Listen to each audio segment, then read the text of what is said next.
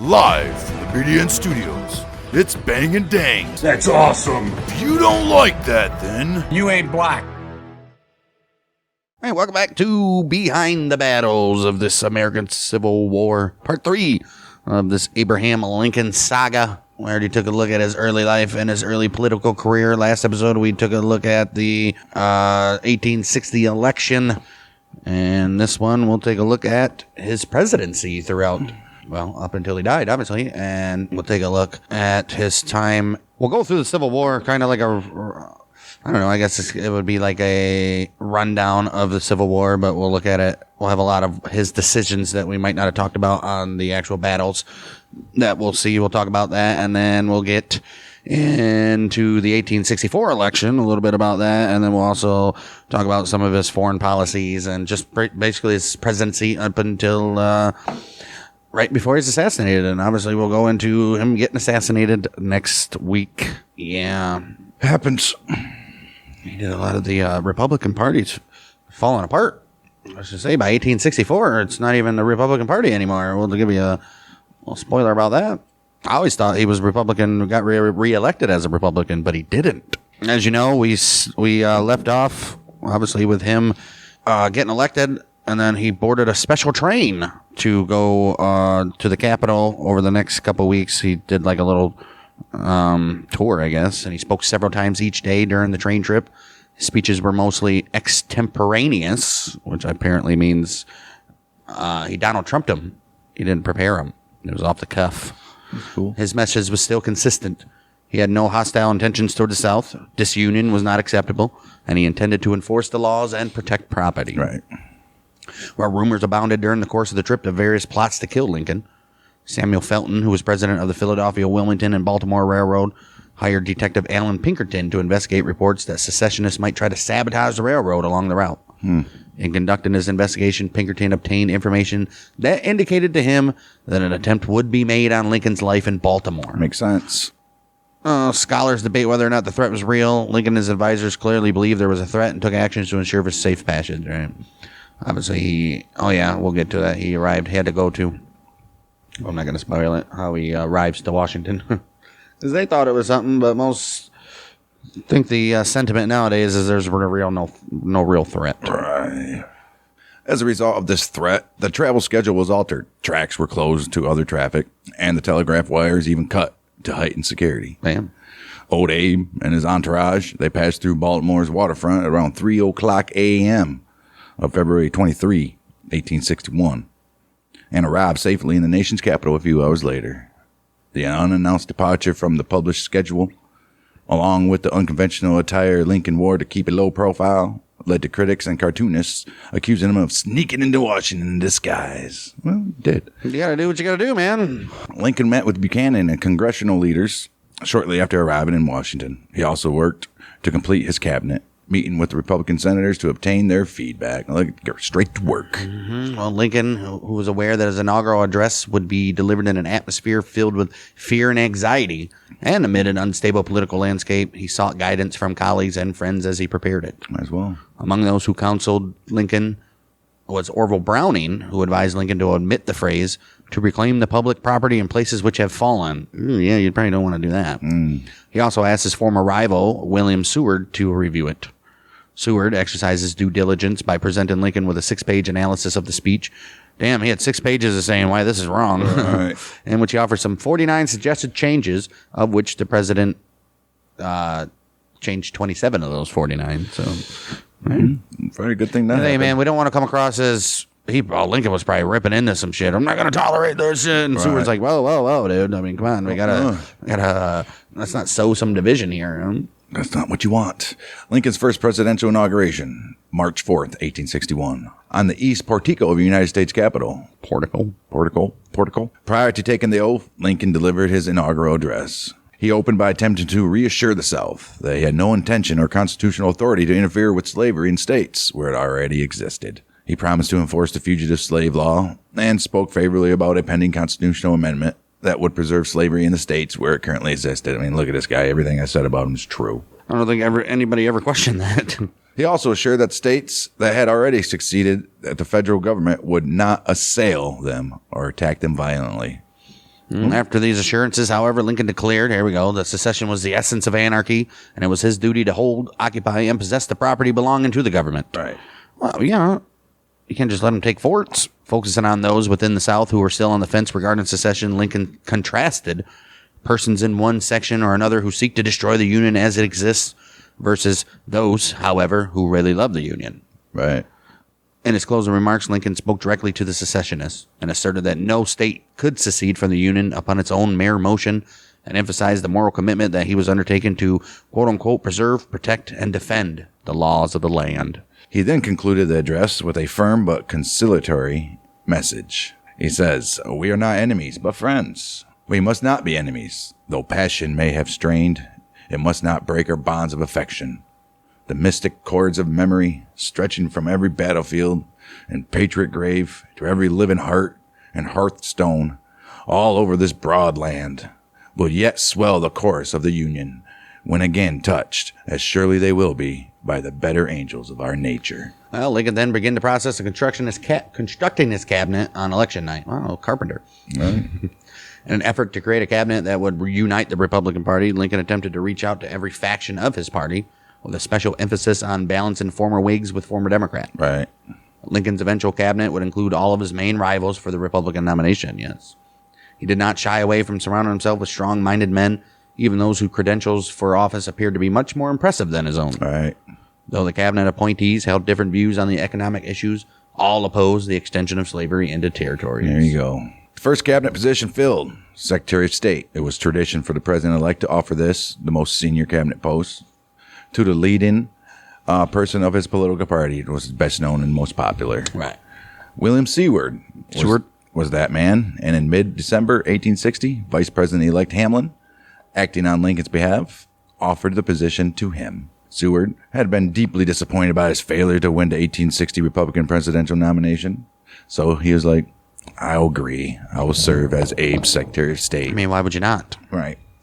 He's what? He's probably figuring, dude, we're at a turbulent time in history. There's no reason to think that Lincoln and Hamlin wouldn't be like taken out. Right. So he was second in line, third in line. Well, by the end of 1862, Seward had emerged as the dominant figure in Lincoln's cabinet, though the Secretary of State's conservative policies on abolition and other issues alienated many within the Republican Party. Despite pressure from some congressional leaders to fire Seward, Lincoln retained his Secretary of State for the duration of his presidency. All right. Lincoln's choice for Secretary of the Treasury was Ohio Senator Salmon Chase. If you remember, he ran against Lincoln as well, and he was also Seward's chief political rival. Fantastic. Chase, he was the leader of the more radical faction of the Republicans that sought to abolish slavery as quickly as possible. Seward, among others, they opposed the selection of Chase because of both his strong anti-slavery record and his opposition to any type of settlement with the South that could be considered an appeasement of slaveholders. He's like, no, I don't want anything to do with the issue of slavery. Everything's illegal. It needs to be gone now. Right. Chase, he sought the 1864 Republican nomination, and he frequently worked to undermine Lincoln's reelection. But Lincoln nonetheless retained Chase due to Chase's competence as a Secretary of the Treasury and popularity among radical Republicans. Well, Chase sounds like a piece of shit, huh? Right. Well, Chase instead offered his resignation in June of 1864 due to a dispute over an appointment, and Lincoln, having just been renominated for president, accepted Chase's resignation. Yeah, he's pissed. And Lincoln then replaced Chase with William Fessenden, a radical Republican who had served as chairman of the Senate Finance Committee. Agent Fessenden resigned in February of 1865, and he was ultimately replaced with Hugh McCulloch, who had served as the comptroller of the currency. All right, made up. All right. The most problematic cabinet selection made by Lincoln was that of Simon Cameron as the Secretary of War. Cameron, he was one of the most influential public leaders in the crucial political state of Pennsylvania. But he was also alleged to be one of the most corrupt as well, usually how it goes.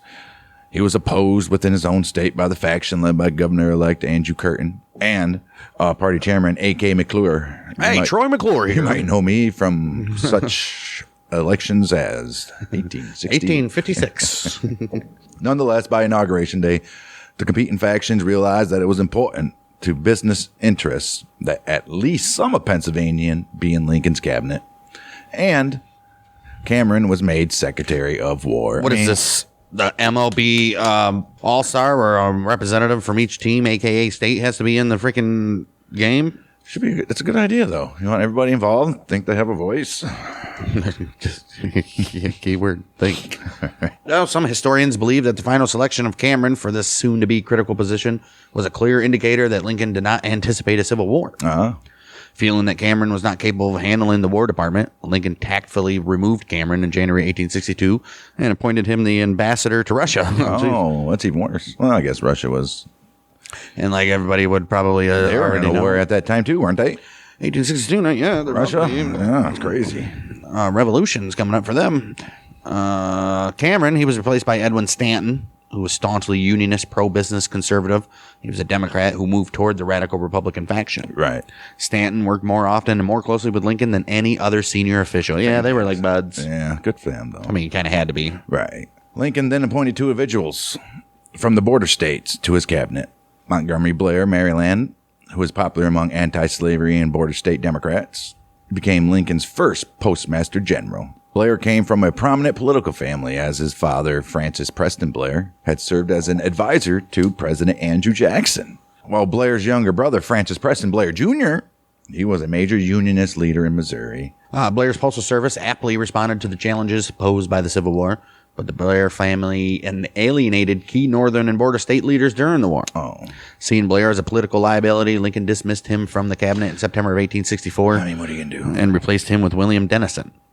Missouri provided the other border state cabinet member in the form of Attorney General Edward Bates. Bates, he resigned in 1864 and was replaced by James Speed. Wow. Who was the older brother of Lincoln's close friend Joshua Speed. See, man, this isn't just like a new thing. Shit has been, people resign like every year. Honestly. It's crazy. You're going to have Sometimes you don't get what you signed up for, so you're like, I got to go. Like, yeah, this ain't right.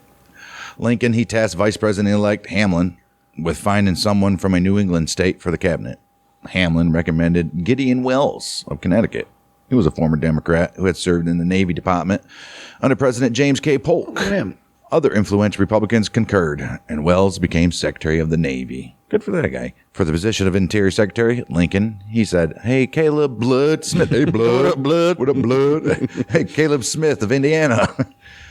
He's a former Whig representing the same type of Midwestern constituency as Lincoln. Well, his critics faulted him for some of his railroad ventures, accused him of being a doughface, and questioned his intellectual capacity for a high government position, though. In the end, Smith's selection for Secretary of the Interior had much to do with his campaign efforts on behalf of Lincoln and their friendship. Right. Smith, he would serve less than 2 years before resigning due to poor health, and was replaced by John Palmer Usher. And he was like, yeah. Right. Oh, wow. Southern Democrats, they dominated the Supreme Court in the period before Lincoln took office. Sure did. And their unpopular ruling in the 1857 case of Dred Scott versus Sanford had done much to invigorate the Republican cause in the North. Lincoln took office. The death of Peter Vivian Daniel had left a vacant seat on the Supreme Court. Ain't that crazy how it just happens that way? Gotta do some appointing. So Peter Vivian Daniel, he died, so there's a seat open on the Supreme Court. 2 more vacancies arose in early 1861 due to the death of John McLean and resignation of John Archibald. Yippee-ki-yay, motherfucker. Right. And the resignation about John Archibald Campbell. Damn. So this dude gets to appoint 3 people right in his first year. Well, Noah Haynes Swain, Samuel Freeman Miller, and David Davis. They were all nominated by Lincoln and confirmed by the Senate in 1862. Congress added a 10th seat on the court through the passage of the 10th Circuit Act of 1863. And Lincoln again appointed another person, this time a war Democrat named Stephen Johnson Field. After Roger Taney died in 1864, Lincoln again appointed another. Holy shit. Jeez. Dude, he just appointed 5 guys. It's got to be like a record. Damn. Secretary of Treasury, he appointed Selman Chase. Oh, look at that. To the position of Chief Justice. Lincoln's appointments gave Northern Unionists a majority on the court, clearly. Lincoln also appointed 27 judges to the United States District Courts during his time in office. Wow. Got to change. That was like a whole facelift right there to America.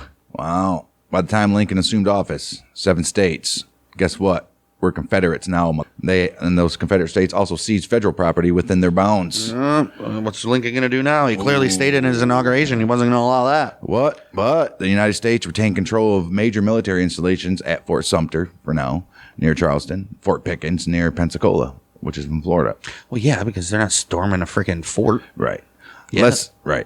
Less secure than Fort Pickens and situated in the secessionist hotbed of South Carolina, old Fort Sumter had to go. It emerged as an important symbolic issue in both the North and the South during early 1861 and pretty much the whole war. Any hope Lincoln might have had about using time to his advantage in addressing the crisis was shattered on his first full day in office when he read a letter from Major Robert Anderson, who was the commander at Fort Sumter. It stated that his troops would run out of provisions within 4 to 6 weeks, and No there way ain't no way to get any. them. Yeah. Wow. At a meeting March 7th, General Winfield Scott, the top-ranking general in the Army at this time, and John Totten, who was the Army's chief engineer, they said that simply reinforcing the fort was not possible. Although Secretary of Navy Gideon Welles, he disagreed. He said, let's try it. Yeah, we can get something in there. Maybe we can get it down on the coast or something. I don't know. At least get the passageway from the coast, right there. So at least get some supplies in there. Scott, he advised Lincoln that it would take a large fleet, 25,000 troops, and several months of training in order to defend the fort. You ain't got several months. 13th of March, 1861, Postmaster General Blair, strongest proponent in the cabinet for standing firm at Fort Sumter, introduced Lincoln to his brother-in-law, Gustavus V. Fox. Fox presented a plan to Lincoln. He goes, guess what? We can take this Navy and we can resupply and reinforce the fort. The plan had been approved by Scott during the last month of the previous administration, but Buchanan had rejected it. Oh. So why didn't Scott just represent the plan? Right. So on the 15th of March, Lincoln asked each cabinet member to provide a written answer to the question. Assuming it is to be possible to now provision Fort Sumter under all circumstances, is it wise to attempt it? Ooh, I bet you that was a hard question for everybody. Well, only Blair gave his unconditional approval to the plan. No decision was reached, but Lincoln personally dispatched Fox, Stephen Hurlbut, and Ward Lamont to South Carolina to assess the situation. The recommendations that came back were that reinforcement was both necessary, since secessionist feeling ran high and threatened the fort, and it was also feasible, despite Anderson's misgivings. Right. March 28th, Scott recommended that both Pickens and Sumter be abandoned, basing his decisions more on political than military grounds. Right. Well, and plus Lincoln Just give it to him. Right. We weren't coming in forcefully. But he did say I have to keep federal ground. The next day, a deeply agitated Lincoln presented Scott's proposal to the cabinet. He's like, I don't want to do this, but this is our highest knowledgeable guy, apparently. Son of a shit. Blair, he was now joined by Wells and Chase in support and reinforcement. Bates, he was non-committal. Cameron was non in attendance. Seward and Smith opposed resupply. Later that very day, Old Abe gave Fox the order to begin assembling a squadron to reinforce Fort Sumter. Lincoln's policy of resupplying Fort Sumter and Fort Pickens was designed to deny the right of succession without resorting to violence. Right. If we can just pack those freaking forts up, dude, maybe. Keep our men there. What are they going to do? Besides attack it. Right. All doing this, he hoped that it would allow the administration to maintain support among both Northerners and Southern Unionists, which there were a lot of Southern Unionists, as we had mentioned in our other series. With the Fort Sumter mission ready to go, Lincoln sent State Department Clerk Robert Chew to inform South Carolina Governor Francis Pickens of the impending resupply of the fort. That message delivered to Governor Pickens April 8th. The information was telegraphed that night to Confederate President Jefferson Davis in Richmond. The Confederate cabinet was already meeting to discuss the Sumter crisis, and on April 10th, Davis, he said, we're going to demand the surrender of the fort and bombard it if the demand's not met. Ooh, Jefferson Davis, I can give you this, man. This dude was a go-getter. I mean, I don't know if it was him making decisions or if it was like Abe and his cabinet or whatever, or how he operated his government. But, man, he made tough decisions. Well, he did have a Secretary of War and all that shit, too. So, well, an attack, as we know, was initiated April 12th, and the fort surrendered the next day. The relief expedition sent by the Union arrived too late to intervene. So they're thinking about the South's like, you know what? Let's throw the first punch. We done did it now, boys. Well, they turning back. They got to be thinking. You know, he said he's not gonna do any violence. Lincoln said, but he's only sending in a huge amount of troops and ammo and supplies, where a attack afterwards would be freaking impossible. You'd imagine if they got 25,000 men down there. There'd be no way. Fort Sumter would have been the last battle of the war. Well, they wouldn't even have tried it. There probably hadn't been no war. Right. Crazy shit. 15th of April, following the Battle of Fort Sumter, Lincoln, he declared that a state of rebellion existed. Do you think? And he called up a force of 75,000 state militiamen to serve 3 months' term. while northern states rallied to the request. Border states such as Missouri refused to provide soldiers. Like, no, this is your guys' fight, man. We're over here. Lincoln also called Congress into a special session to begin in July. Can't be too special. Right. 4 months away. In July of 1875. You guys, please come to the Capitol Save the date. Though an in-session Congress could potentially affect his freedom of action, Lincoln needed Congress to authorize funds to fight the war. On the advice of Winfield Scott, old Abe asked a political ally to offer General Robert E. Lee command of the Union forces. But Lee says, I'd love the Union, but I love my Virginia much, much more. Sure do. Union soldiers in southern states burned federal facilities to prevent southern forces from taking control of them, while Confederate sympathizers rioted in Baltimore. To ensure the security of the Capitol, Lincoln suspended habeas corpus in Maryland and ignored a court order to release John Merriman from prison. So Merriman was arrested for his involvement in the riots. Yeah. Right. There's like a whole thing or something. Well, maybe we'll do something on him. Obviously, clearly, there's something there. Right. While Lincoln struggled to maintain order in Maryland and other border states, Virginia, North Carolina, Arkansas, and Tennessee, they all seceded from the Union soon after. Gotta. North Carolina was indeed the last state to secede, doing so May 20th. Well, North Carolina kind of had to. Right. What are you going to do now? Like You're in between South Carolina and Virginia. You're like, what the dude? Can't do nothing here. Tennessee, right on They got the other side. coast. That's about it. That'd be insane if they would have stayed a Union state. Well, you'd be kind of like blocked in. Well, actually, it would have been probably the first state to get You know what's crazy? ran over. The Civil War, it wasn't like states were conquered and like readmitted to the Union during the war. It was just like cities in the states. Well, some was still Confederate, some was still taken control of by the Union, but like no state actually was like conquered all the way. Right. Which is weird. Insane. With the succession of several states, old Abe's Republicans enjoyed large majorities in both House of the Congress. Yeah, I would assume so. All right, Senate and the House were theirs. War Democrats such as Andrew Johnson of Tennessee also supported many of Lincoln's policies. Though Copperheads, which were peace Democrats, they advocated peace with the Confederacy. From the start, it was clear that the bipartisan support would be essential to success in the war effort. What did the Confederates think they were going to do, though? Because it's not like they were expanding. No. There was no way they were expanding west without the USA. They could have had peace and be like, okay, say the Confederate States exist. And we consider you guys a country. Right. What are you going to do? You're not expanding west. Well, yeah, because that would lead to literally the Indian Wars. It'll keep on. It'll be a civil war that would have lasted years because Oklahoma, Arizona, New Mexico. It would have lasted just as like how all the Indian Wars did. Right. Been never ending. It would have been insane. Crazy. From the start, it was clear that bipartisan support would be essential to success in the war. And any action, such as the appointment of generals, could alienate factions on both sides. Ooh. Lincoln appointed several political generals to curry favor with various groups, especially the Democrats. Yeah, to keep them in line. Yeah. On its return, July 1861, Congress supported Lincoln's war proposals, providing appropriations for the expansion of the army to 500,000 men. They needed it. Organizing an army would prove to be a challenge for Lincoln and the War Department, as many professional officers resisted civilian control, while many state militias sought to act autonomously. Right. They're like, dude. We're a state militia. We don't have to do nothing with the Right. federal. That was the problem, too. The country was still young enough to not really be, it was a country, but each state was their own country back then, and they had their own shit. That's why it's just crazy. It's just insane when you look back at it. Knowing that the success in the war required the support of local officials and mobilizing soldiers, Lincoln used patronage powers and personal diplomacy to ensure that Northern leaders remained devoted to the war effort. You got to appease these guys or else they're going to turn against you and then everything falls apart. That's in politics. Right. Lincoln succeeded in rallying the North against secession. He also was determined to attack the Confederate capital of Richmond, which was located just 100 miles from Washington, which is crazy as well. Lincoln, he was disappointed by the state of the War Department and Navy Department, and Scott counseled that the Army needed more time to train. But Lincoln nonetheless ordered an offensive. It's like, we don't have time. As the aged Scott was unable to lead the Army himself, General Irvin McDowell, he led a force of 30,000 men south, where he met a force led by Confederate General P.G.T. Beauregard. This was the First Battle of Bull Run. The old rebel army dealt the Union a major defeat, ending any hope of a quick end to the war.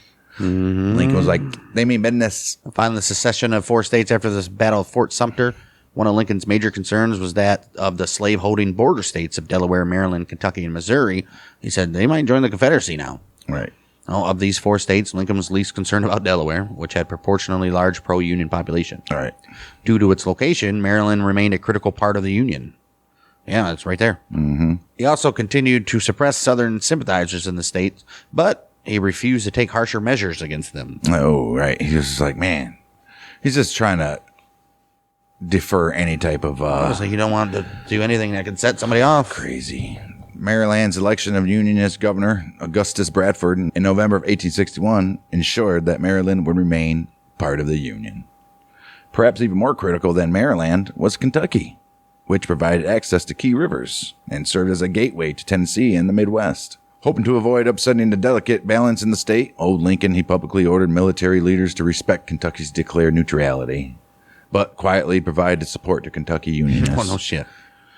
The Confederates were the first to violate this neutrality, seizing control of the town of Columbus, while the Union would capture the important town of Paducah. Like Kentucky, Missouri controlled access to key rivers and had a large pro-Confederate population.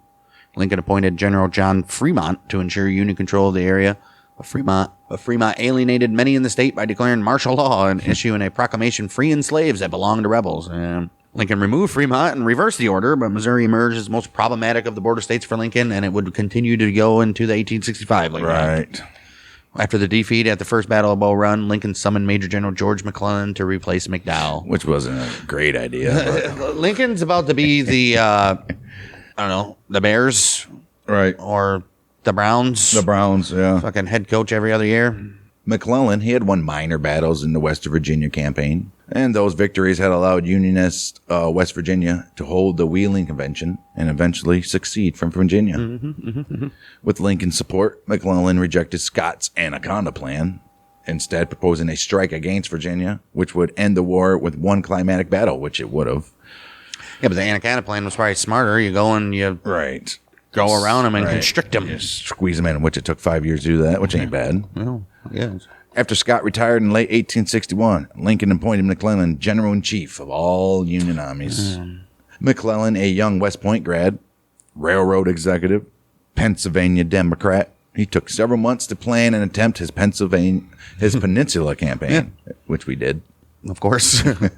Well, that campaign's objective was to capture Richmond by moving the Army of Potomac by boat to the Virginia Peninsula and then overland to the Confederate capital. McClellan's repeated delays frustrated Lincoln and Congress, as did his position that no troops were needed to defend Washington. Well, that's stupid.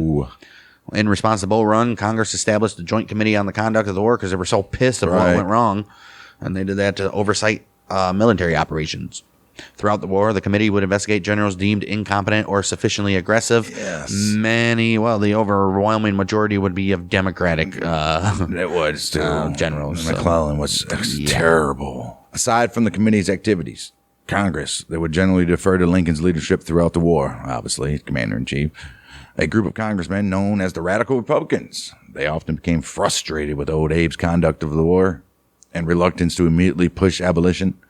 But Lincoln, he was able to maintain good relations with many of the Radical Republicans, including Senator Charles Sumner.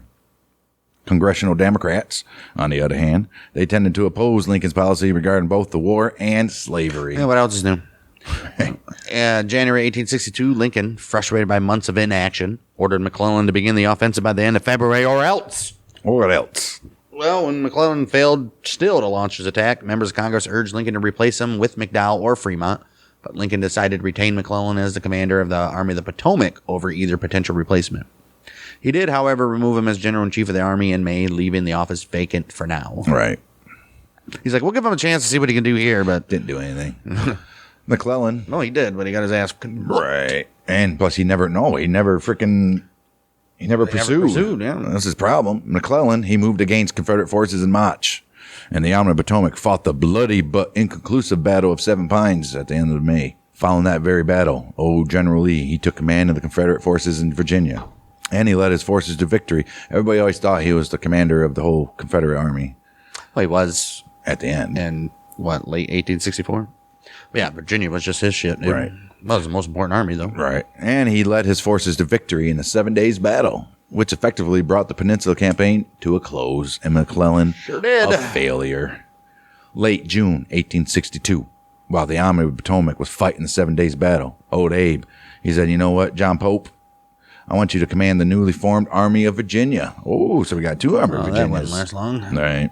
July 11th, Lincoln summoned Henry Halleck from the Western Theater of the War to take command as General-in-Chief. Shortly thereafter, Lincoln asked Ambrose Burnside to replace McClellan, and we already know what happened there, as commander of the Army of the Potomac. But Burnside, who was close friends with McClellan, declined the post. And Burnside was a better general than McClellan. Yeah, but he still sucked. He did. Pope's forces then moved south towards Richmond, and in late August, the Army of Virginia met the Confederate Army in that Second Battle of Bull Run, Which was not any better than the which first. the Union didn't fare any better. Following that battle, Lincoln turned to McClellan again, placing him in the command of the Army of Virginia as well as the Potomac. Oh, wow. They just got, consolidated. Right. Look at McClellan. Shortly after McClellan's return to command, General Lee's forces crossed the Potomac into Maryland, leading to the Battle of Antietam, September 1862. The ensuing Union victory was among the bloodiest in American history. It led Lincoln to announce that he would issue an Emancipation Proclamation on the 1st of January, 1863, which he did. And we'll have a little bit more on that later on. Following this very battle, McClellan resisted the president's demand that he pursue Lee's retreating and exposed army. He's like, no. Stupid. Which he would have got him. Well, then 1862 brought on some midterm elections, and that brought the Republicans severe losses due to sharp disfavor with the administration over its failure to deliver a speedy end to the war, Right. as well as rise in inflation, new taxes, rumors of corruption, the suspension of habeas corpus, the military draft law, and fears that freed slaves would undermine the labor market. Right. The Emancipation Proclamation gained votes for the Republicans in the rural areas of New England and the upper Midwest, but it lost votes in the cities and the lower Midwest. Sure did. Wow. After the 18... See, even the North was like, we're not sold on this no slavery stuff. Right. Or at least allowing these free guys in here. Right. After the 1862 midterms, Lincoln, frustrated with McClellan's continued inactivity, he said, guess what, McClellan? You're going. And Burnside, whether you like it or not. I was going to say, guess what, Burnside? You don't have a choice now. So Burnside, he took command. Against the advice of the president, Burnside prematurely launched an offensive across the... He's like, all right, I'm just going to be just guy out here just doing shit. He goes, we're going to the Rappahannock River. And he was stunningly defeated by Lee at the Battle of Fredericksburg. That was bad. That happened in December of 1862. Not only had Burnside been defeated on the battlefield, but his soldiers were disgruntled and undisciplined. I think Burnside was just pissed. Well, desertions during 1863 were in the thousands, and they increased after Fredericksburg. The defeat also amplified the criticisms of radical Republicans such as Lyman Trumbull and Benjamin Wade, who they believed that Lincoln had mishandled the war, particularly with regards to his selection of generals. Yeah.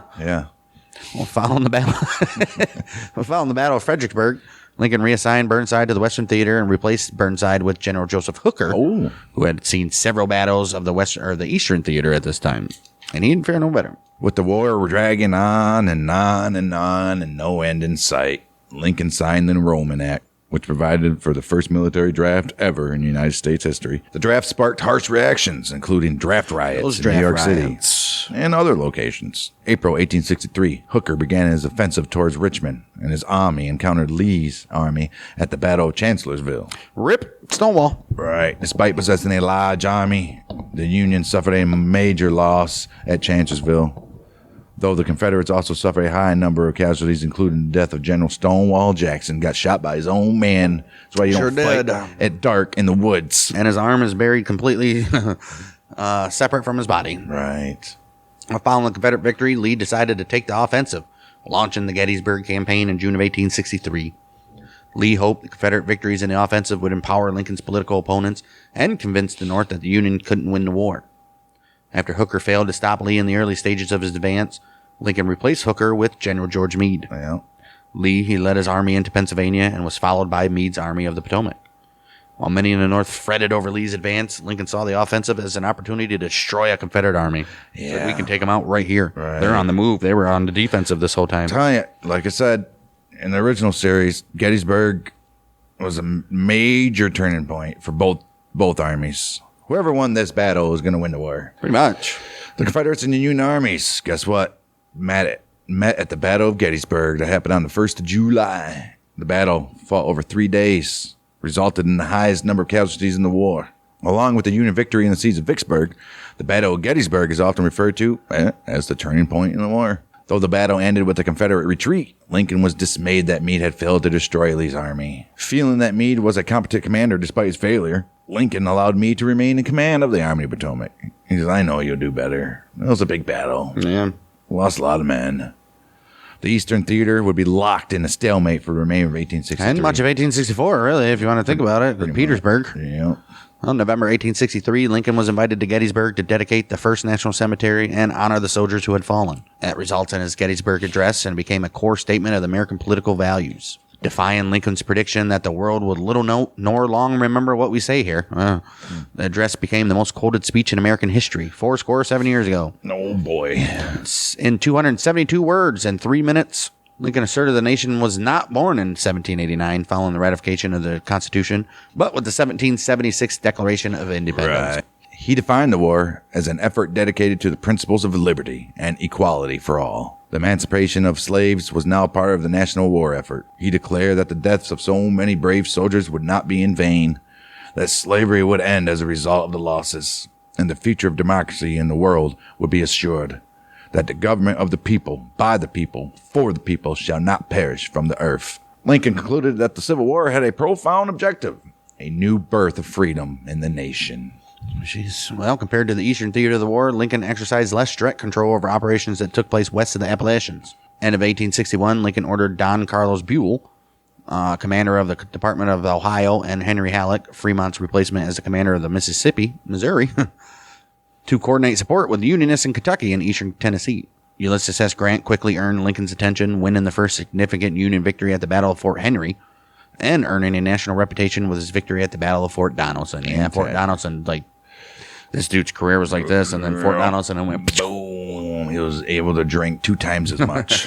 And smoke 17 cigars instead of 12. Right. The Confederates were driven from Missouri early in the war as a result of the March 1862 Battle of Pea Ridge. In April of 1862, United States naval forces under the command of David Farragut, they captured the important port city of New Orleans. Yep. That was the beginning of the end.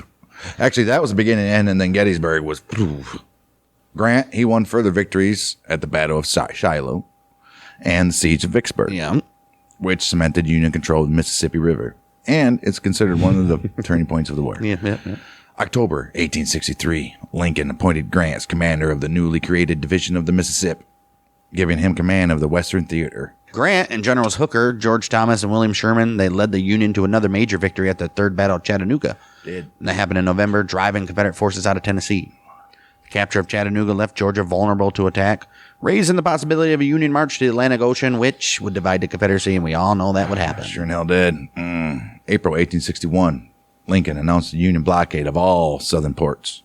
Commercial ships could not get insurance, and regular traffic ended. The South blundered in embargoing cotton exports in 1861 before the blockade was effective. By the time they realized the mistake, it was too late. King Cotton was dead, as the South could export less than 10% of its cotton. It's crazy. The Confederate Navy briefly challenged Union naval supremacy by building an ironclad warship known as the CSS Virginia. But the Union responded by building its own. Guess what? USS Monitor, baby, which effectively neutralized the Confederate naval threat. Yeah, when you don't control anything. Not at all. What are you going to do?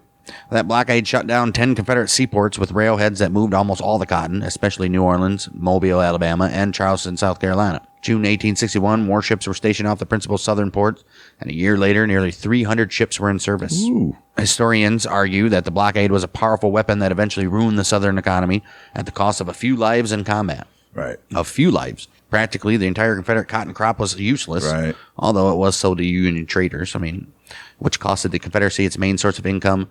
Critical imports were scarce, and the coastal trade was largely ended as well. Yeah, when you shut down their economy, what the hell are they going to do? Yeah. The measure of the blockade's success was not the few ships that slipped through, but the thousands that never tried it.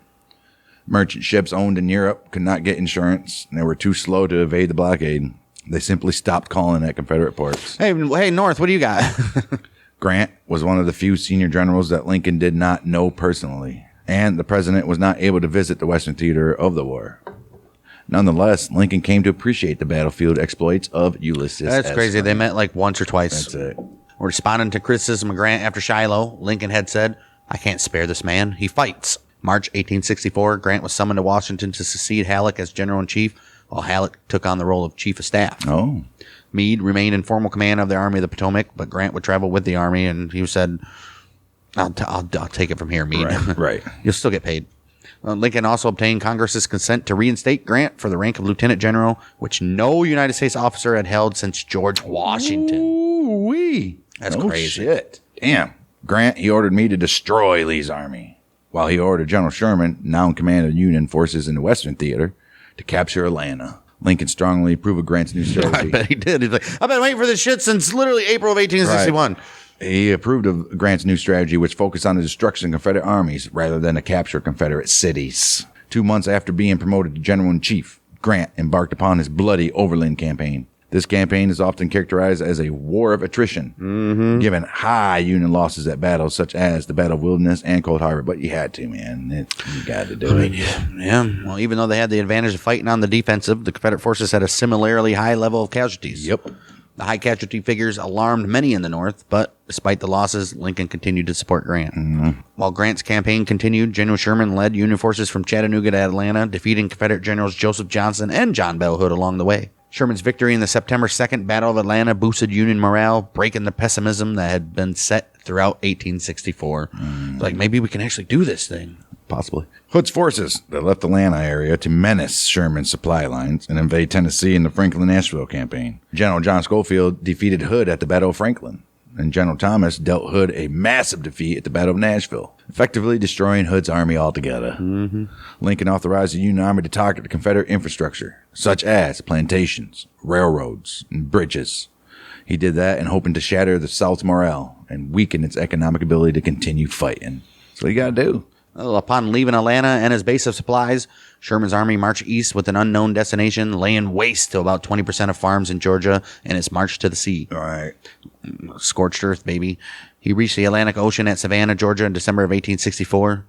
Following that march, Sherman turned north through South Carolina and North Carolina to approach the Lee's army from the south. At this point, it's done. It was over. During the Valley campaigns of 1864, Confederate General Jubal Early, he crossed the Potomac and advanced into Maryland. July 11th, 2 days after defeating Union forces under General Lew Wallace in the Battle of Monocacy, Early attacked Fort Stevens, an outpost that was on the defensive perimeter of Washington. They could see the capital. Close as they got. Lincoln watched the combat from an exposed position. At one point during the skirmish, Captain Oliver Wendell Holmes Jr. is said to have shouted at him, "Get down, you damn fool, before you get shot." But this is commonly regarded as fake, false. Afterward, Grant created the Army of the Shenandoah and put Sheridan in command of that.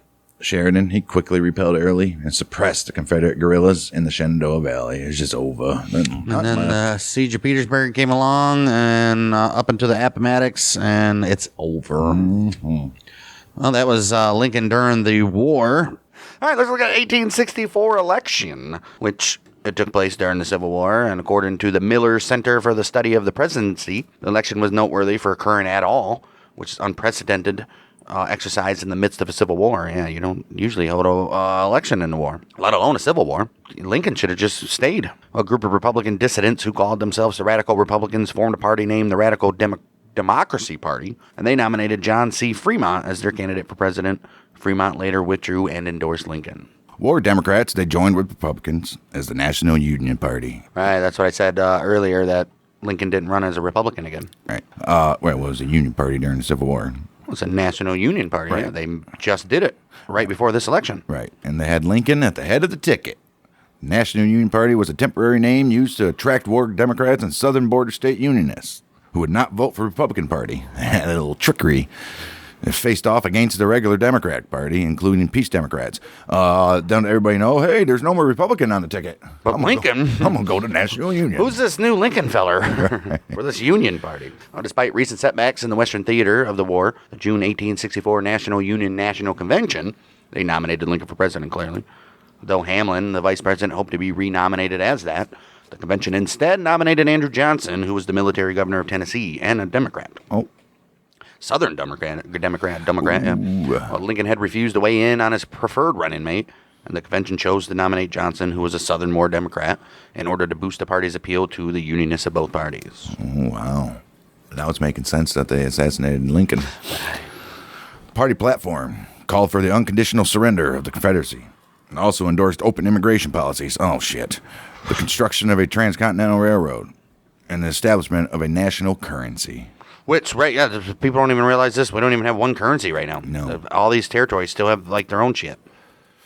That's crazy. It took until 1865 to even do that. Insane. Plus, I think there's still, like, British pounds. That's when the greenbacks, that's what the bills that we use now, the greenbacks came along. By August, Republicans across the country experiencing feelings of extreme anxiety, fearing that Lincoln would be defeated. The outlook was so grim that Thurlow Weed told the president directly that his re-election was an impossibility.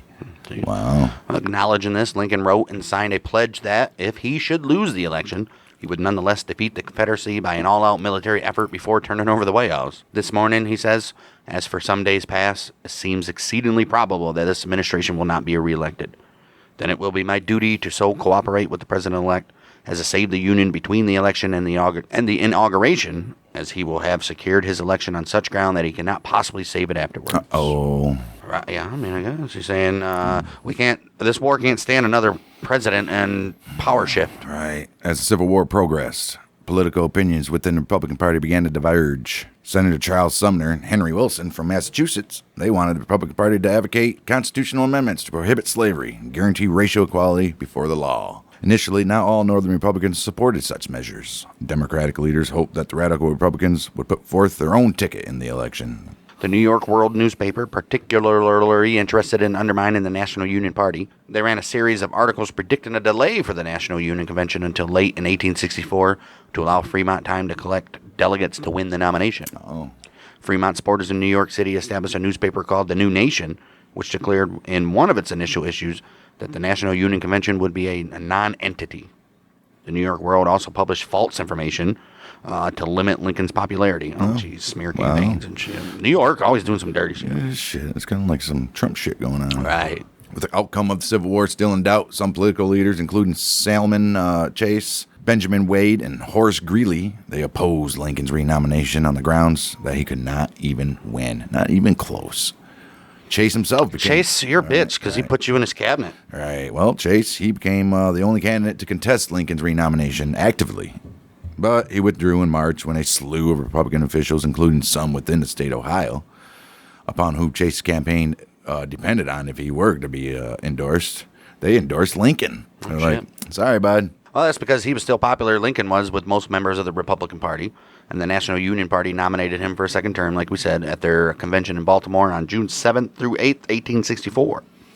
The party platform included these goals: pursuit of the war until the Confederacy surrendered unconditionally, a constitutional amendment for the abolition of slavery, aid to disabled Union veterans, continued European neutrality, enforcement of the Monroe Doctrine, which it's a position that opposes European colonialism in the Western Hemisphere. Well, yeah, we definitely don't want that. And encouragement of immigration and construction of transcontinental railroad. It also praised the use of black troops and Lincoln's management of the war. There you go. Perfect. With incumbent Vice President Hannibal Hamlin remaining indifferent about the prospect of a second term in office, Andrew Johnson, former senator, current military governor of Tennessee, he's named as Lincoln's vice presidential running mate. Oh, here we go again, back in the day when you had different parties. He had been governor of Tennessee from 1853 to 1857, elected by the legislature to the Senate in 1857. He's the current, right now, military governor of Tennessee. In his congressional service, he sought passage of the Homestead Bill, which was enacted soon after he left his Senate seat in 1862. All right, when the southern slave states, including Tennessee, seceded, he remained firmly with the Union. He was the only sit-in senator from a Confederate state who did not resign his seat upon learning of his state's secession. Oh, wow. 1862, Lincoln appointed him as military governor of Tennessee, which didn't really mean much. Right. Well, that was after most of it had been retaken, though. 1864, Johnson was a logical choice as a running mate for Lincoln, who wished to send a message of national unity in his re-election campaign, especially to ensure the electoral votes of the border states. Right. Others who were considered for their nomination at one point or another were former Senator Daniel Dickinson, Major General Benjamin Butler, Major General William Rosecrans, Joseph Holt, and former Treasury Secretary and Senator John Dix. President Rosecrans, huh? That would have been weird.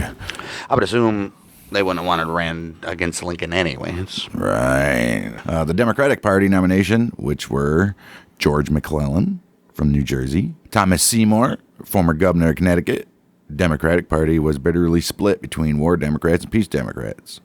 A group further divided among competing factions. Moderate peace Democrats who supported the war against Confederacy, such as Horatio Seymour, they were preaching the wisdom of a negotiated peace. So you said Seymour and McClellan, huh? Who ran against them? McClellan? After the Union victory at the Battle of Gettysburg in 1863, moderate peace Democrats proposed a negotiated peace that would secure Union victory. They believed this was the best course of action because an armistice could finish the war without devastating the South. True. Radical peace Democrats, known as Copperheads, such as Thomas Seymour, declared the war to be a failure and favored an immediate end to hostilities without securing Union victory. Well, that's nice. Without securing the Union victory? I don't know about that guy. Right. George McClellan vied for the presidential nomination. Additionally, friends of Horatio Seymour insisted on placing his name before the convention, which was held in Chicago. That was August 29th to the 31st. But on the day before the organization of that body, Horatio Seymour announced positively that he would not be a candidate. No, so old McClellan lucked out. I'm not going to do it, guys. I just don't have the support. I'm not going to go through it, man. Since the Democrats were divided by issues of war and peace, they sought a strong candidate who could unify their party. The compromise was to nominate pro-war General George McClellan for president and anti-war Representative George Pendleton for vice president. Okay, so you got a pro-war and anti-war.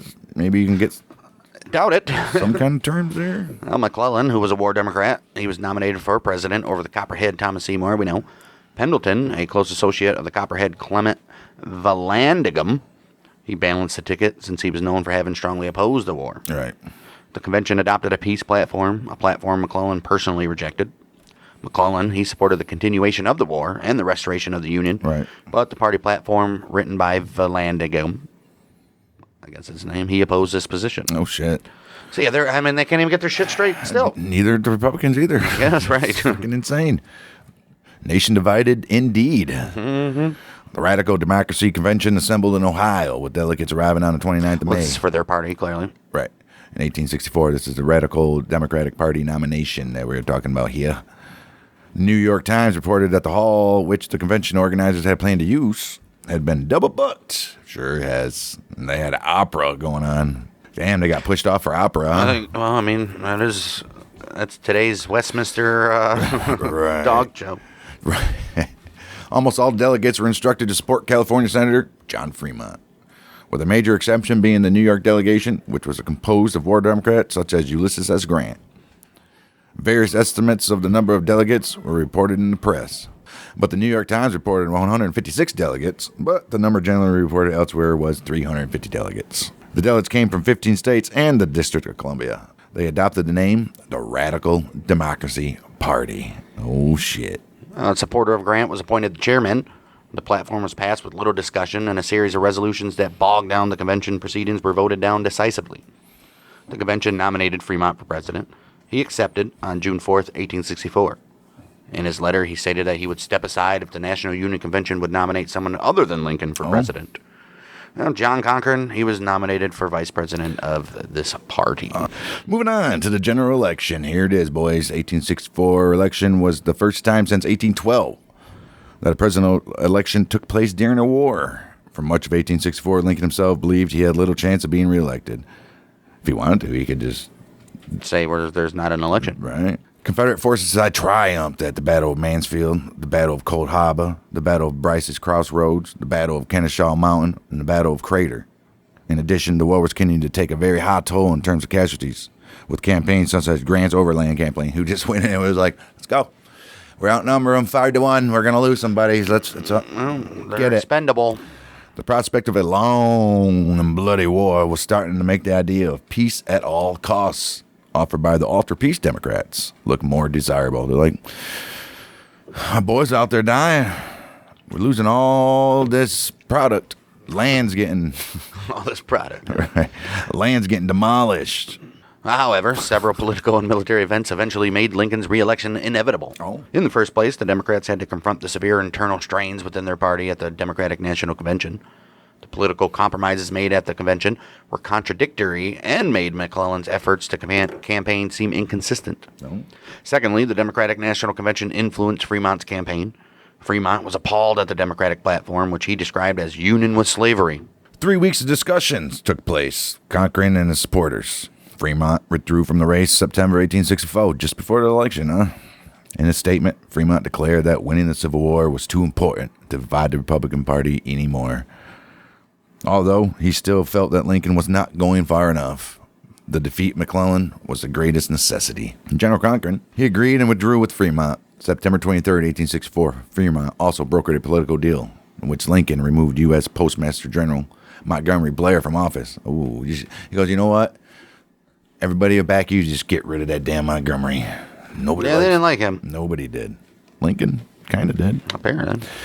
And on September 24th, Lincoln said, guess what, Blair? You gotta go. You gotta go.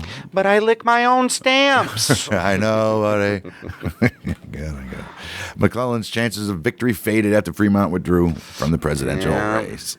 Well, lastly, the storm of Mobile Bay on August and the fall of Atlanta September 2nd. Public confidence in the war effort was restored to the belief that victory is closer than thought.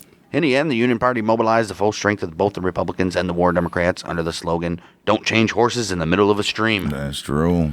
It was energized as Lincoln made emancipation the central issue, and state Republican parties stressed the perfidy of the Copperheads. All right. 24.4% of the voting age population, 76.3% eligible voters participated in this very election. The American Civil War was in progress, as we all know, and Obviously. would still be there even after the election, not knowing in a couple months it would be over with. Right.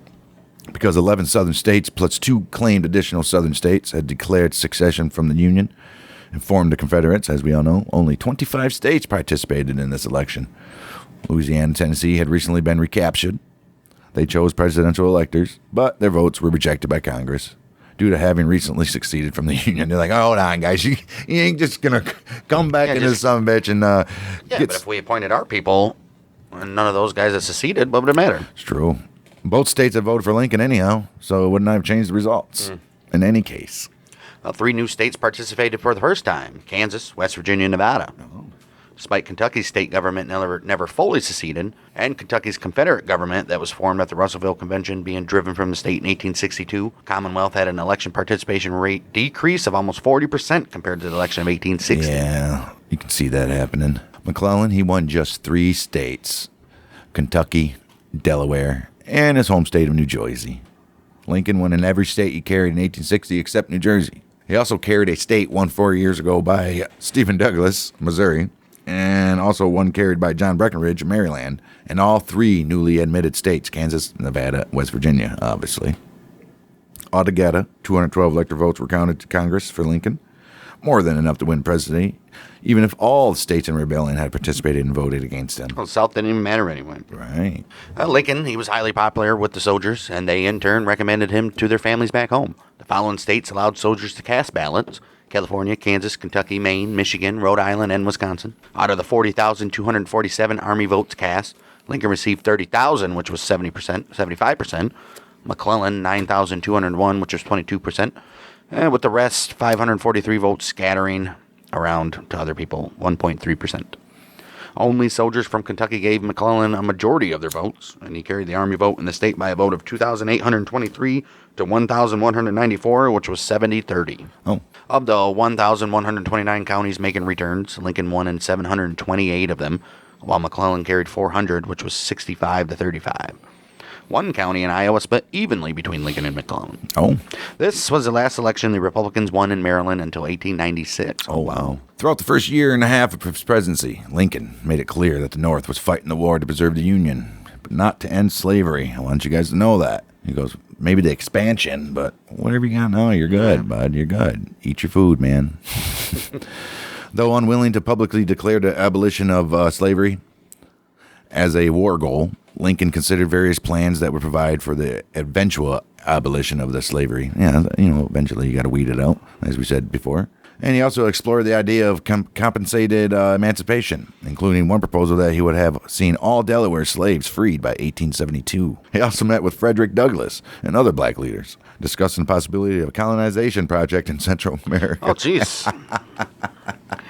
Jeez. Well, abolitionists criticized Lincoln for his slowness in moving from his initial position of non-interference with slavery to one of emancipation. August 1862, in a letter to anti-slavery journalist Horace Greeley, Lincoln explained, I would save the Union. I would save it the shortest way under the Constitution. The sooner the national authority can be restored, the nearer the Union will be the Union as it was. My paramount object in the struggle is to save the Union, and is not either to save or destroy slavery. Ooh. I could save the Union without freeing any slave. Right. I would do it, he says, if I could. Right. And if I could save it by freeing all the slaves, I would do it. Right. And if I could save it by freeing some and leaving others alone, I would also do that. He said, I just want to save the Union, Right. man. That's the number one thing right now. We'll deal with the rest later. Right. As the Civil War continued, freeing the slaves became an important wartime measure for weakening the rebellion by destroying the economic base of its leadership class. August of 1861, Lincoln signed the Confiscation Act of 1861, which authorized court proceedings to confiscate the slaves of anyone who participated in or aided the Confederate war effort. Okay. That makes sense. The act, however, did not specify whether the slaves were free. Oh. April 1862, Lincoln signed a law abolishing slavery in Washington, D.C. Got to do that. And in June, he signed a law abolishing slavery in all federal territories. Oh. The following month, Lincoln signed the Confiscation Act of 1862, which declared that all Confederate slaves taking refuge behind Union lines were free. Fantastic. Wow. Good for him. Well, this eventually led to the Emancipation Proclamation, which we all know and love. Union victories in 1861 and 1862 secured the border states, which in turn freed Lincoln's hand to pursue more aggressive anti-slavery policies. Additionally, many Northerners came to support abolition during the war due to the influence of religious leaders like Henry Ward Beecher and also journalists like Horace Greeley. Same month, Lincoln signed the Second Confiscation Act. He also privately decided that he would pursue emancipation as a war goal. Look at that. And this, my friends, is when shit changed. It pissed the South off with the Emancipation Proclamation. Well, although before the war, Lincoln accepted the consensus that the federal government did not have the power to interfere with slavery in the states where it existed. Right. He now believed that under his power as Commander-in-Chief of the Army and Navy, under Article 2, Section 2 of the United States Constitution, he could, as a fit and necessary war measure for suppressing said rebellion. He had to find that loophole. He said, I could emancipate the slaves in the states in rebellion. Right. July 22nd, Lincoln read to his cabinet a preliminary draft of the proclamation calling for emancipation of all slaves in the Confederacy. Right. Like, hey, if you guys can find your way up north here. You're free. And then once we defeat the South, you're free. Right. Just don't drink out of that water fountain or go in that building. Oh, yeah, and you live in this neighborhood. As the Union had suffered several defeats in the early part of the war, Seward, he convinced Old Abe to announce this emancipation plan after a significant Union victory, so that it would not seem like a move of desperation. Now we just needed to find one. And he did. Lincoln waited 2 months until after the Union victory at the Battle of Antietam. Lincoln issued the preliminary Emancipation Proclamation on September 22nd, year 1862, 5 days after the battle. It provided that in any states in rebellion on January 1st, 1863, the slaves would be free. Right. Yeah, good luck. Good luck leaving. Well, Lincoln kept his promise, and January 1st, 1863, he issued the final Emancipation Proclamation declaring free the slaves in the 10 states that were still in rebellion. Right. Proclamation did not cover the nearly 500,000 slaves in the slaveholding border states that had remained in the Union, nor did it apply to Tennessee or West Virginia, both of which were largely under control of the Union forces. Also specifically exempted were New Orleans and 13 named parishes of Louisiana, which were mostly under federal control at the time of the proclamation. Why? All right. Okay. Wow, that was left out of the history books. Makes sense. He said he didn't want to, if it's still existing, keep it. Wow. Yeah, but all the other ones, regardless if they get the ones in the South back, they're going to be freed. It's crazy. Unless they go to Louisiana. Or Tennessee. Or West Virginia. Wow. Despite these exemptions, the delayed effect of the proclamation, the Emancipation Proclamation, added a second purpose of the war, making its goal to end slavery, as well as restoring the Union. The proclamation was well received by Republicans, most of them at least, but many Democrats strongly disapproved, as we all know. And the latter party won several victories in 1862 midterm elections, while Democrats came in strong. Okay. Let's take a look at Reconstruction during his presidency. As the southern states were subdued, critical decisions had to be made as to the leadership and policies of these states. Louisiana, which had a larger slave population than other Confederate states occupied early in the war, they became the center of discussion regarding Reconstruction under Lincoln and military governor Benjamin Butler. I mean, that's a major port down there. Yep. Butler and his successor Nathaniel P. Banks, they implemented a labor system in which free blacks worked as laborers on white-owned plantations. Oh, fantastic. This motto, which paid blacks wages, but also represented a continuation of plantation agriculture, was adopted throughout much of the South. Right.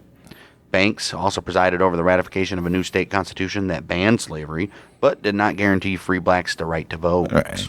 That'll come down later, guys. About 100 years, boys.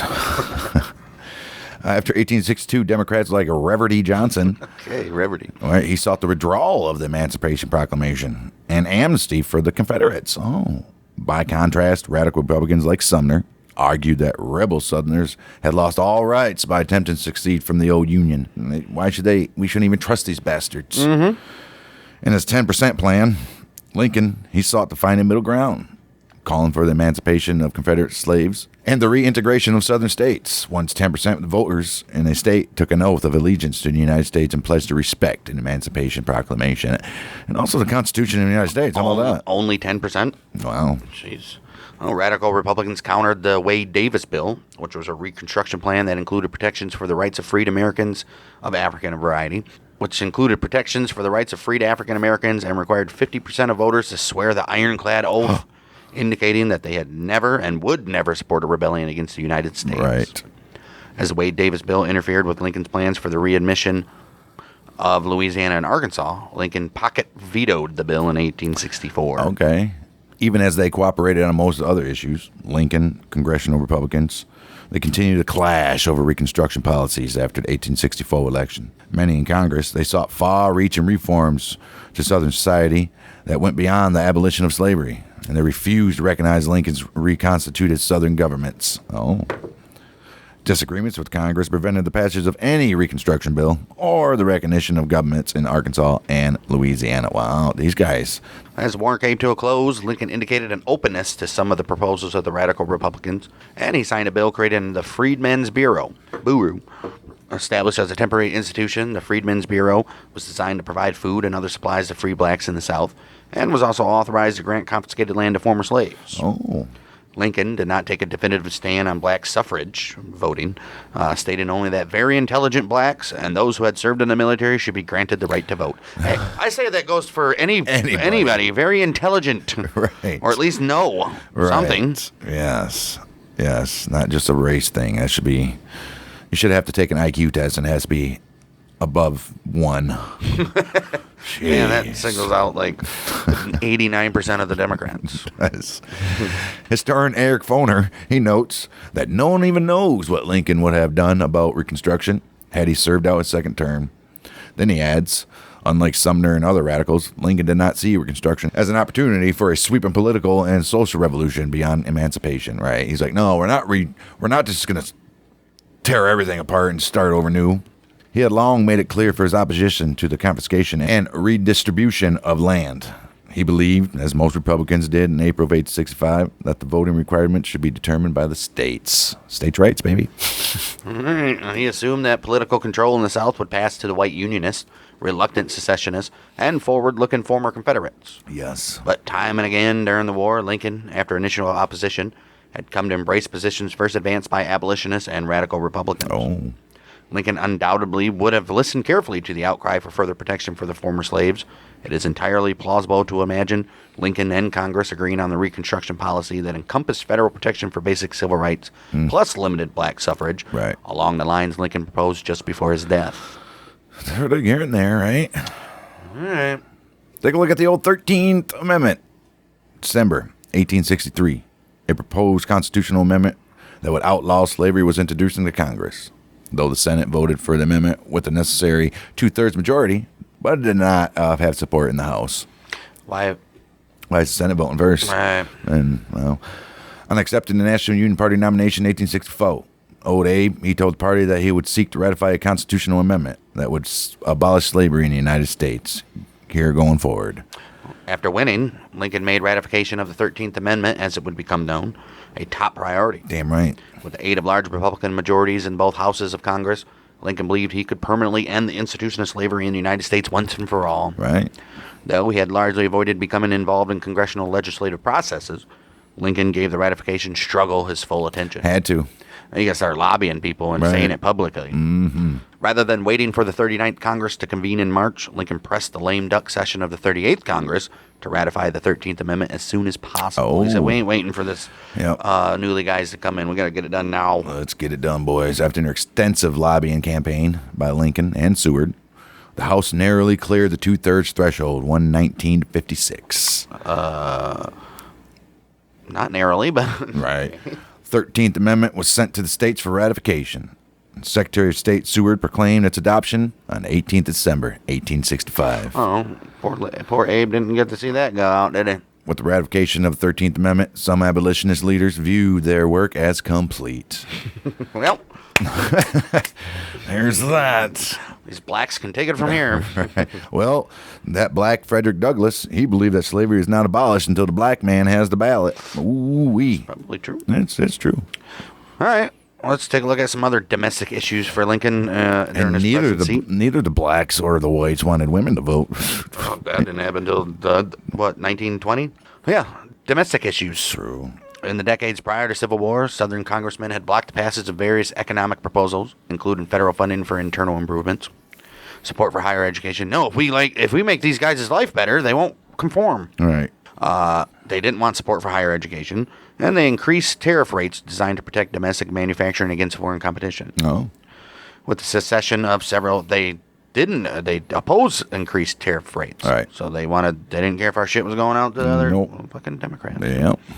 With the secession of several southern states, the Republicans dominated both houses of Congress and were free to do as they pleased. Basically. Right. Like, we're going to get this shit passed now. Could have been one of the best things that ever happened, though, because maybe they got a lot of laws that might not have been passed with the South. Very true.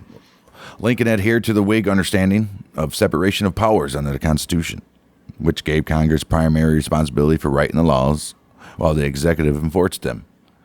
Lincoln, Secretary of Treasury Chase, contributed to the drafting and passage of some legislation, but congressional leaders played the dominant role in formulating domestic policy outside of military affairs, which has to come to a vote, baby. Throughout his presidency, old Abe, he vetoed only 4 bills passed by Congress. The only important one, the Wade Davis bill. I'm going to step in, guys. Yeah. I'm sorry. This is just bad. And he only did the Wade Davis one because it went against what he was preaching. He's like, you guys brought me some stupid shit before, but this is by far. Retarded. The 37th Congress, which met from 1861 to 1863, they passed 428 public acts, more than double the number of the 27th Congress, which had previously held the record for most acts passed. 38th Congress, meeting from 63 to 65, they passed 411. And many of these bills were designed to raise revenue for funding the war, as federal expenses obviously increased 7-fold in the first year since the war. Now it's in like the thousands. Insane. Take a look at the old fiscal and monetary policy. After the Battle of Fort Sumter, I know nobody wants to hear about financial shit, buddies, but we got to do it. After the Battle of Fort Sumter, Lincoln, Secretary of Treasury Selman Chase, they faced the challenge of funding the war. Congress quickly approved Lincoln's request to assemble a 500,000-man army, but initially resisted raising taxes. After the Union defeat, the Battle of Bull Run, Congress passed the Revenue Act of 1861, which imposed the first federal income tax in the United States. It's only temporary, guys. Only temporary. The act was created as a flat tax of 3% on incomes above $800, which is $27,000 in current. I would assume most people would not have been affected by that. Yeah, this taxation of income reflected the increasing amount of wealth held in stocks and bonds rather than property, which the federal government had taxed in the past. As the average urban worker made approximately $600 per year, the income tax burden fell primarily on the rich and the famous. Lincoln, he also signed the second and third Morrill tariffs, the first having become a law in the final months of the Buchanan's tenure. Okay. These tariffs acts raise important duties considerably compared to previous tariff rates, and they were designed to both raise revenue and protect domestic manufacturing against foreign competition. We'll take it. During the war, the tariff also helped manufacturers offset the burden of new taxes. Compared to pre-war levels, the tariff would remain relatively high for the remainder of the 19th century. Throughout this very Civil War, members of the Congress would debate many times on whether to raise further revenue primarily through increased tariff, which most strongly affected rural areas in the West, or they could increase income taxes, or which would most strongly affect a wealthier individuals in the Northeast. And I'm guessing those wealthier individuals didn't like that. No, they're mad. The revenue measures of 1861 proved inadequate for the funding of the war. forcing Congress to pass further bills designed to generate revenue. It's like, how can we take more money from everybody? February 1862, the old Congress, they passed the Legal Tender Act, which authorized the minting of $150 million of greenbacks. And, ladies and gentlemen, money as we know it. Well, greenbacks were the first banknotes issued by the federal government of the United States since the end of the American Revolution. Mm-hmm. Greenbacks, they weren't backed by gold or silver, but rather by the promise of the United States government to honor their value. Right. I mean, I got it. Trust me, man. Trust me, bro. By the end of the war, 450 million worth of greenbacks were in circulation. 450 million in 1865. Ladies and gentlemen, 1865, when money became worthless.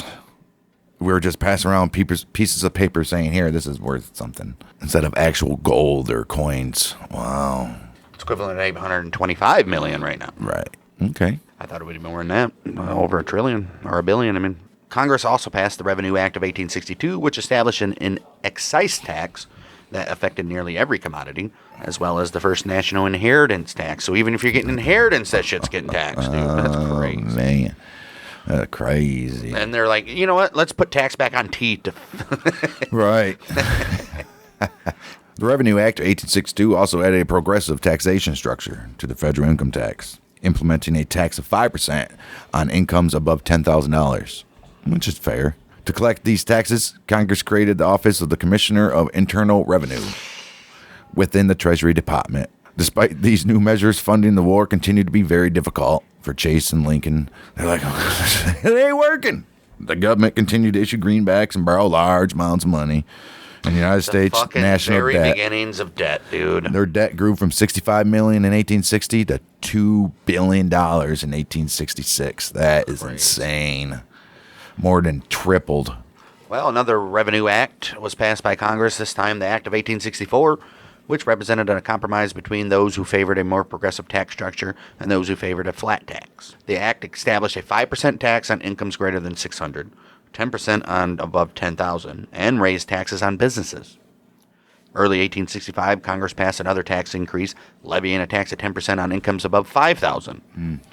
By the end of the war, the income tax constituted about 1/5 of the revenue of the federal government. Wow. The federal inheritance tax would remain in effect until its repeal in 1870, while the federal income tax would be repealed in 1872. But don't worry, guys, it's going to come back because there's a world war right around the corner. And it stayed.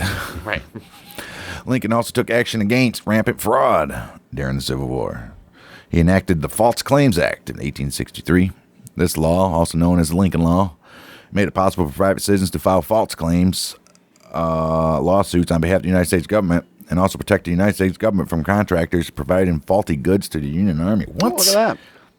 Made it possible for private citizens to file false sketchy claims. little businesses are selling supplies to the Army, probably janky ass shit, just so they can get money? Right. That's crazy, too. Yeah. So the whole new, that's all something some people don't even think about. Like, you still got to get government contracts to get this shit made for the troops.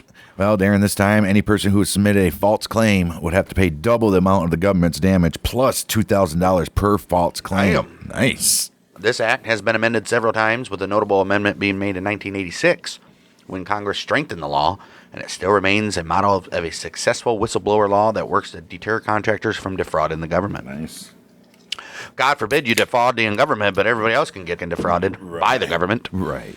Hoping to stabilize the currency, Chase convinced Congress to pass the National Banking Act in February of 1863, as well as the second one in 1864. Those acts established the office of the Comptroller of the Currency to oversee national banks, which would be subject to federal rather than state regulation. Uh-oh. Yeah. There we go.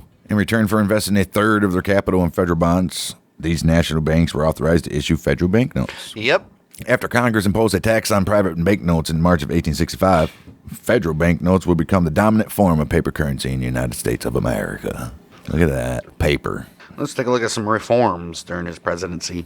Many of the bills passed by the 37th and 38th Congress were designed, at least in part, to pay for the war. But other bills instituted long-term reforms in areas that were unrelated to our revenue. Congress, they passed the Homestead Act in 1862, making millions of acres of government-held land in the West available for purchase at a very low cost. Damn right. Yeah. Under the act, settlers were to be granted 160 acres of public land if they invested 5 years in developing. So all you had to do is plot your claim and say, I'm going to farm it for 5 years, and then it's mine. Right. You better get that shit done. Yeah. The Morrow Land Grant Colleges Act also enacted 1862, provided government grants for agricultural colleges in each state. MSU. Yeah. The law gave members of the Congress 30,000 acres of public land to sell, with proceeds funding Each member. Right. With proceeds funding the establishment of the land grant colleges. Another 1862 law created the Department of Agriculture. That's a good one. To aid farming in the United States. The Pacific Railway Act of 1862 and also of 1864 granted federal support for the construction of the United States' first transcontinental railroad, which was completed in 1869. Choo-choo, mother. Well, June of 1864, Lincoln approved the Yosemite Grant enacted by Congress, which provided unprecedented federal protection for the area now known as Yosemite National Park. Lincoln is also largely responsible for the institution of Thanksgiving. He declared the final Thursday in November of 1863 to be the day of Thanksgiving. Nice. Before his presidency, Thanksgiving, while a regional holiday in New England since the 17th century, it had been proclaimed by the federal government only sporadically and on irregular dates. Right. So whenever we can feel like Every it. once in a while, when they felt good that year. You know what? Do some Thanksgiving this year, guys. Yeah.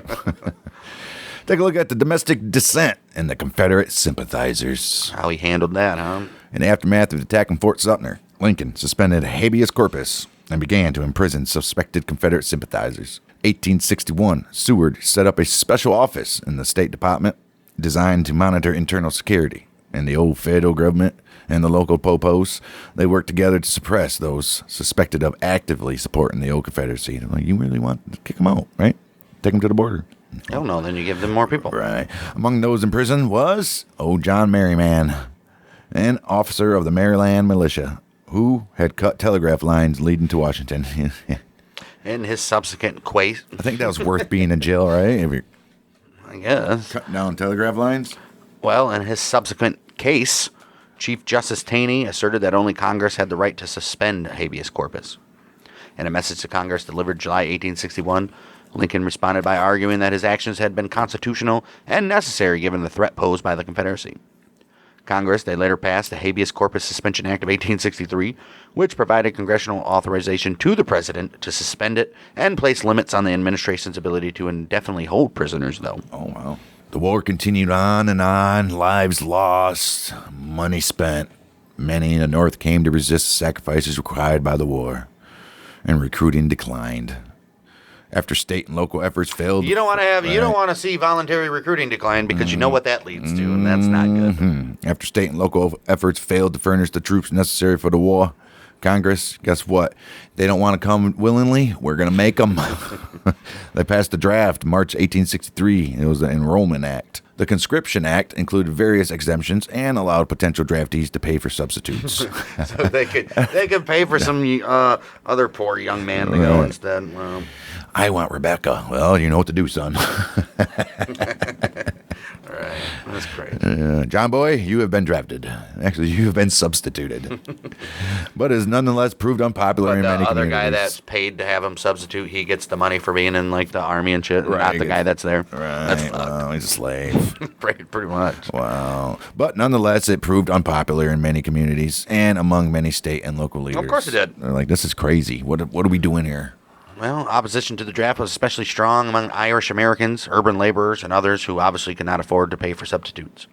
Which we've mentioned numerous times. The New York City draft riots of July 1863 saw mobs attack soldiers, policemen, and African Americans, and was only subdued after Lincoln diverted soldiers from the Gettysburg campaign. Yeah, did we? I think we briefly talked about that. We'll probably have an episode on that as well. Right. Rejecting calls to institute martial law into the city, Lincoln appointed John Adams Dix to oversee New York City, and Dix allowed the city to hold civilian trials on those who had participated in the riot. Oh shit, J6, baby. Civilian trials, huh? Clement Vallandigham, Copperhead Democrat from Ohio.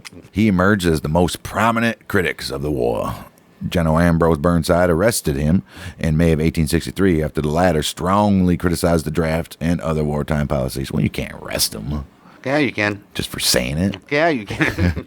A military commission subsequently sentenced, Vallandigham to prison. So until we're the going to end put of the you war. behind bars. You're not spewing shit until this war's over. You're crazy, Fucking cock. bud. But Lincoln said, you know what? No, we're going to release him, but we're going to put him down south so he can spew shit down there. He wants to be with those guys. Let him be with them. Ohio Democrats nonetheless nominated Vallandigham for the governor in June of 1863. Oh, jeez. He got defeated, though, in 1863. along with Democratic electoral defeats elsewhere in 1863. This represented a major victory for Lincoln and the Republicans as it signified public support for the war. I don't know about for the war, but... All right. Well, let's take a short look at his dealings with the Native Americans and the conflicts there. Yeah, you guys forgot about that. We're still dealing with those figures. All right. Well, conflicts with them on the American frontier continued during the Civil War, as we know, as American settlers continued to push west. 1862, Lincoln sent General Pope to put down the Sioux Uprising in Minnesota. Presented with 303 execution warrants for convicted Santee Dakota who were accused of killing innocent farmers. Execution warrant. Lincoln conducted his own personal review of each of these warrants, eventually approving 39 of them for execution. Then his final 2 annual messages to Congress, Lincoln called for reform of the Bureau of Indian Affairs and federal Indian policy. However, as the world began to turn, continued to turn. As the world turns. And as the war to preserve the Union was Lincoln's primary concern, he simply allowed the system to function unchanged for the balance of the presidency. Said, you know what? One thing at a time. We'll deal with these bastards later. Hold on, you guys. Hold on, man. We'll send Custer up there. Don't worry. Right. Look at this. We lose some states, and the Union gained some states. Well, the Union had 2 states that were admitted to the Union while Lincoln was in office. The first, West Virginia. Yep. 1861 Wheeling Convention, delegates from several counties in Western Virginia. They formed the restored government of Virginia as the legitimate government of Virginia. That's what they're trying to say. In the following year, the people of West Virginia voted to secede from Virginia, and they knew the state constitution was But the written. Union has no problem with secession when it benefits them, though, do they? Exactly. Despite the opposition of some cabinet members who believed that the partition of Virginia posed constitutional issues, Lincoln supported the actions of West Virginia Unionists, and he signed a bill that admitting West Virginia as a state. West Virginia was admitted to the Union 20th of June, 1863. Later, through its ruling in 1871 case of Virginia versus West Virginia, the Supreme Court implicitly affirmed that the breakaway was legal. Oh, no, they didn't. Oh, they did have the consents necessary. Right, so it was legal. I mean, hey, they did it all by the law. They voted, boys. buddies. They didn't do it like you guys did. Right. The second state admitted to the Union while Lincoln was president was Nevada.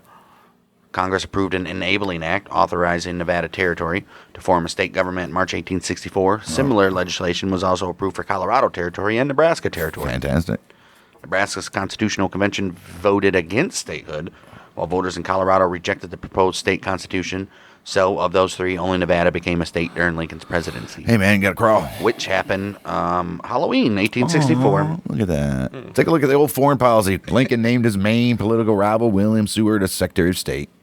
Left most diplomatic issues in his portfolio. He said, you take care of it. Right. You be the border's arm. However, Lincoln did select some of the top diplomats as part of his patronage policy. He also closely watched the handling of the Trent Affair in late 1861.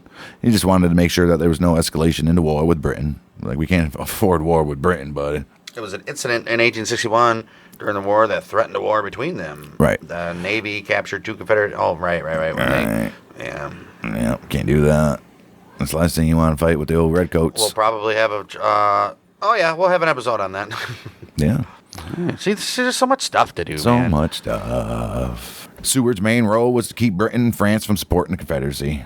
He was successful after indicating to London and Paris that Washington would declare war on them if they supported Richmond. Wow. The U.S. and the CSA, they both recognized the vital importance of foreign powers, clearly. Damn right.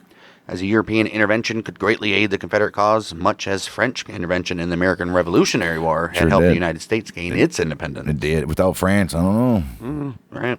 At the start of the war, Russia was the lone great power to support the Union, while the other European powers had varying degrees of sympathy for the Confederacy. They did. Because Great Britain wanted to see the U.S. say, right. They're like, see, it ain't so fun when the people sent against you, is it? See you back. Washington's policy was a success. All foreign nations were officially neutral throughout the Civil War, and none recognized the Confederates. They were close to until... very close. Up until, literally Gettysburg, Yes. Dude. And they're like, all right, let's see what's going on here. Because it intrigued them. They're like, oh, wait, these guys are actually putting up a fight. And they knew cotton was big business. Damn right. Although these countries remained out of the war, the European powers, especially France and Britain, they factored into the American Civil War in various other ways. European leaders saw the division of U.S. and they were... Right. Yeah, they're like, we can possibly eliminate these guys now, or at least weaken them. Because they're growing. Right, they're growing.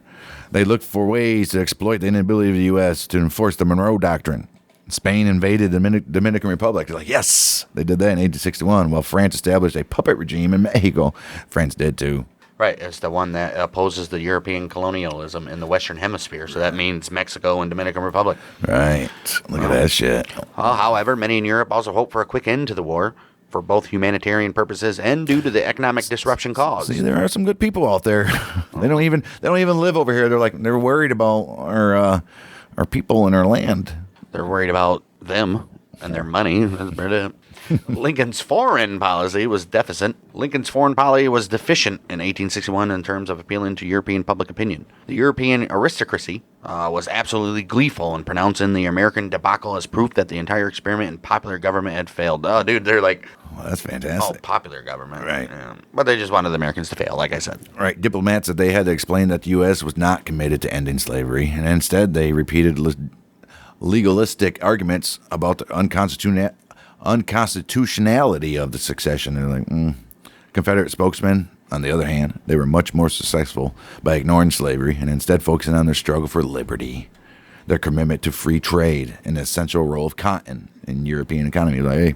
However, the Confederacy's hope that cotton exports would compel European interference did not come to fruition. Britain found alternative sources of cotton and experienced economic growth in industries that did not rely on cotton. They did too. They're like, damn, so it's helping out everybody. It did. Well, though the issuance of an Emancipation Proclamation did not immediately end the possibility of European intervention, it rallied European public opinion And the Union, yeah. To the Union by adding abolition as a Union war goal. Nice. Any chance of European intervention in the war ended with the victories, like I said, at Gettysburg and Vicksburg, as European leaders came to believe that the Confederates, they're done. That's like everybody's seen it. I mean, they done. Let's take a look at old Britain. Like, we don't back losers. Right. Let's take a look at the losing Britain side, huh? Elite opinion in Britain tended to favor the Confederacy, as we said, but public opinion tended to favor the U.S. Yeah, because one has interests in the other, obviously. Large-scale trade continued in both directions with the United States, with the Americans shipping grain to Britain, while Britain exported manufactured items and munitions. The British trade with the Confederacy was limited, with a trickle of cotton going to Britain and hundreds of thousands of munitions slipped in by numerous small blockade runners. Damn. The British textile industry depended on cotton from the South, but it had stocks to keep the mills operating for a year. In any case, the industrialists and workers carried little weight in British politics. With the announcement of the Emancipation Proclamation of September 1862, the Civil War became a war against slavery that most British supported. Yeah.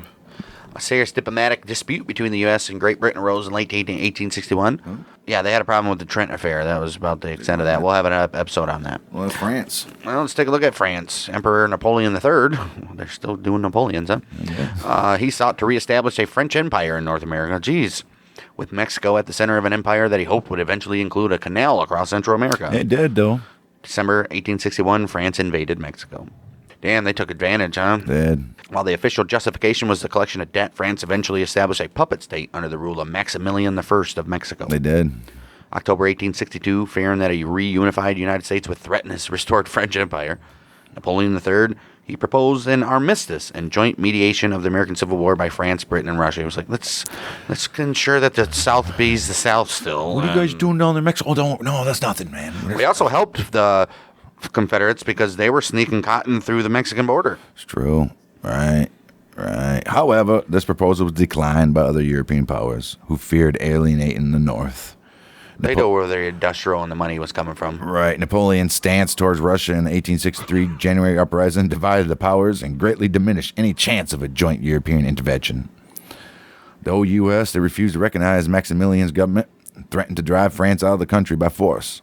But it did not become directly involved in conflict, even as Mexican resistance to Maximilian's rule grew. With the end of the American Civil War in 1865, the United States increased pressure on France to get the hell out of Mexico and go back to where you came from, you sons of bitches. In 1866, France withdrew its forces from Mexico, and Maximilian was captured by Republican forces and murdered in 1867. He sure was.